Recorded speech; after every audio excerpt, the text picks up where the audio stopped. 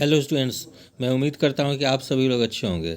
आज दिनांक 4 फरवरी 2023 हिंदुस्तान पटना संस्करण में शिक्षक नियुक्ति से संबंधित महत्वपूर्ण खबरें प्रकाशित हुई है।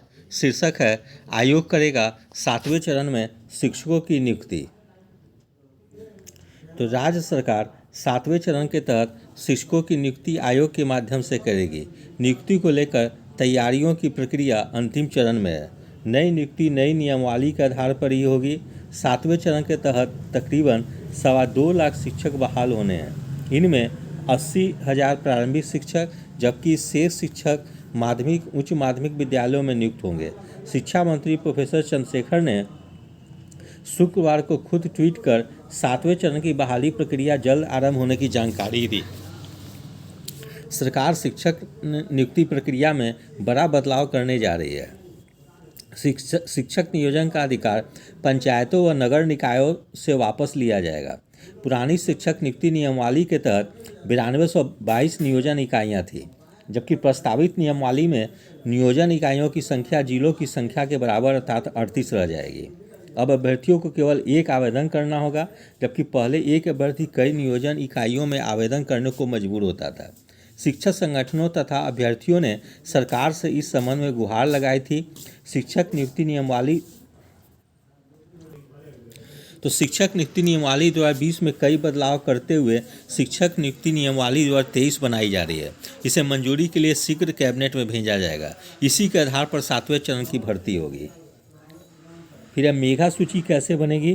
तो पुरानी नियमावली के तहत मेधा सूची मैट्रिक, इंटरमीडिएट, स्नातक, स्नातकोत्तर एवं प्रशिक्षण तथा पात्रता परीक्षा में प्राप्त अंकों के वेटेज के आधार पर बनती थी। नई नियमावली में भी लगभग वही व्यवस्था बनी रहेगी और मेधा अंक के आधार पर आयोग मेधा सूची बनाएगा। क्या होगा फायदा? आवेदकों को एक आवेदन देना होगा, केंद्रीयकृत और ऑनलाइन आवेदन लेने की व्यवस्था होगी, जबकि उनकी उम्मीदवारी दिए विकल्प के अनुसार सभी जगह होगी। इससे उनके धन एवं श्रम की बचत होगी। नई व्यवस्था में प्रस्तावित आयोग चयन करेगा, नियुक्ति पत्र जिला प्रशासन देगा। फिर मेधा सूची योग्यता और शिक्षक पात्रता परीक्षा के आधार पर बनेगी। 1 माह में बनेगी नई नियमावली। अंतिम रूप दे रहा है शिक्षा विभाग। 9222 की जगह अब 38 जिले नियोजन इकाइयाँ ही रह जाएगी। क्यों पड़ी जरूरत? पुरानी नियोजन नियमावली के तहत एक चरण के नियोजन में ही 2.5 से 3 साल लग रहे थे। इसके बाद भी बड़ी संख्या में पद रिक्त रह जा रहे थे। यही नहीं, नियोजन में कई तरह की गड़बड़ियां की शिकायत आ रही थी। जल्द ही 7वें चरण की नियुक्ति होने जा रही है। वर्ष 2023 नियुक्ति का वर्ष होने वाला है। कोई अभ्यर्थी घबराए नहीं, महीना भर के अंदर नियोजन नियमावली आपके बीच आ जाएगी। जिला प्रशासन के नेतृत्व में बहाली होगी। किसी गड़बड़ी की कोई गुंजाइश नहीं रहेगी। प्रोफेसर चंद्रशेखर, शिक्षा मंत्री। फिर राजपत्रित अधिकारी होंगे नियोजन समिति के अध्यक्ष। तो शिक्षक नियुक्ति की पुरानी नियमावली में सभी नियोजन इकाइयों के अध्यक्ष को नियोजन समिति का अध्यक्ष बनाया गया था। अब जिला स्तरीय राजपत्रित पदाधिकारी को समिति का अध्यक्ष बनाने की योजना है। नई नियमावली के बाद शिक्षकों का पद जिला स्तर का संवर्ग हो जाएगा, जबकि पुरानी नियमावली में विषयवार एवं नियोजन इकाई वार अलग अलग संवर्ग था। पुरानी नियुक्ति नियमावली के तहत शिक्षकों का संवर्ग विभिन्न नियोजन इकाई के अंतर्गत ही होता था। इससे जिला के अंतर्गत विभिन्न नियोजन इकाई में भी स्थानांतरण में कठिनाई होती थी। यही नहीं, आरक्षण रोस्टर से लेकर पद की रिक्तता संबंधी कई व्यवहारिक कठिनाइयाँ उत्पन्न होती थी। लेकिन नई नियुक्ति नियमावली में जिला स्तरीय संवर्ग होगा। इससे बेहतर सेवा शर्त और शिक्षा विभाग का प्रभावी नियंत्रण स्थापित हो सकेगा। पुरानी शिक्षक नियुक्ति नियमावली में मात्र वेतन संरक्षण का प्रावधान था, जबकि नई शिक्षक नियुक्ति नियमावली में सेवा निरंतरता एवं वेतन संरक्षण का स्पष्ट प्रावधान होगा। वर्तमान में 4 नियमावली के तहत शिक्षकों के नियोजन में 4 प्रकार के प्रावधान थे।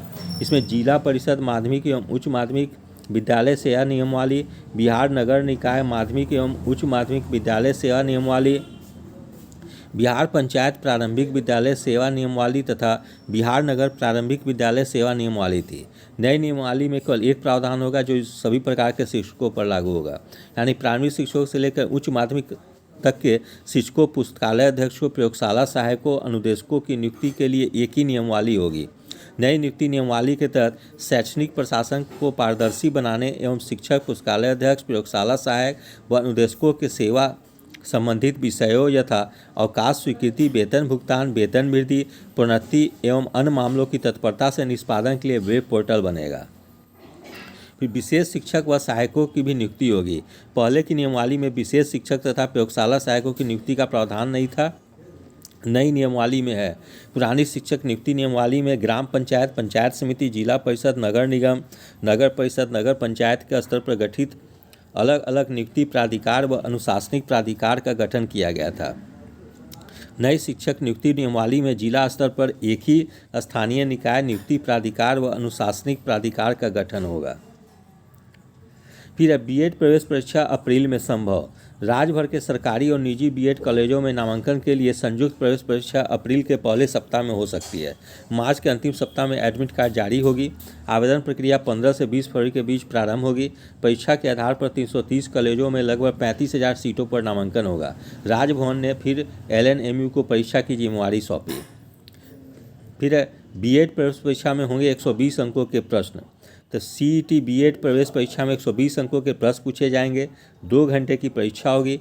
हर प्रश्न 1 अंक का होगा। निगेटिव मार्किंग नहीं है। समान वर्ग के लिए क्वालिफिकेशन मार्क्स 35% व आरक्षित वर्ग के लिए 30% है। इसके बाद आरक्षण व मेरिट के आधार पर छात्रों द्वारा दिए गए चॉइस के आधार पर मेरिट लिस्ट जारी की जाएगी। उसी के अनुसार नामांकन होगा। शिक्षा शास्त्री के लिए अंग्रेजी की जगह संस्कृत में आवेदन करना होगा। अंग्रेजी या संस्कृत से 15, समान हिंदी से 15, स्कूलों में शिक्षण पर्यावरण से 25 और लोकल एंड एनालिटिकल रीजनिंग से 25 अंकों के प्रश्न पूछे जाएंगे। राजभवन ने एक बार फिर से ललित नारायण मिथिला विश्वविद्यालय को बीएड परीक्षा कराने की जिम्मेवारी सौंपी है।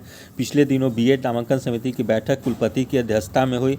इसमें नामांकन प्रक्रिया के संभावित तिथियों पर विचार विमर्श किए गए। कुलपति प्रोफेसर एसपी सिंह ने बताया कि सत्र को नियमित करने के लिए नामांकन प्रक्रिया जल्द शुरू कर दी जाएगी। 20 जून तक पूरी कर ली जाएगी नामांकन प्रक्रिया। कुलपति ने बताया कि 20 जून तक नामांकन प्रक्रिया पूरी कर लेनी है। 1 जुलाई से नया सत्र शुरू होगा। बीएड नामांकन प्रक्रिया के लिए जल्द एजेंसी का चयन किया जाएगा। आवेदन शुल्क 1000 से 1200 रुपये रखा गया है। राशि ऑनलाइन जमा होगी। सभी विश्वविद्यालयों से उसके अंतर्गत आने वाले कॉलेजों की सूचना मांगी गई है। कई विश्वविद्यालयों में बीएड कॉलेज की संख्या बढ़ी है। इस प्रकार से आज के समाचार पत्र में कई महत्वपूर्ण खबरें थी, जिसमें से शिक्षक नियुक्ति से संबंधित महत्वपूर्ण खबर है। यदि आप सभी लोगों को मेरा चैनल अच्छा लगा हो, इसे लाइक से और सब्सक्राइब करें। धन्यवाद। Take care.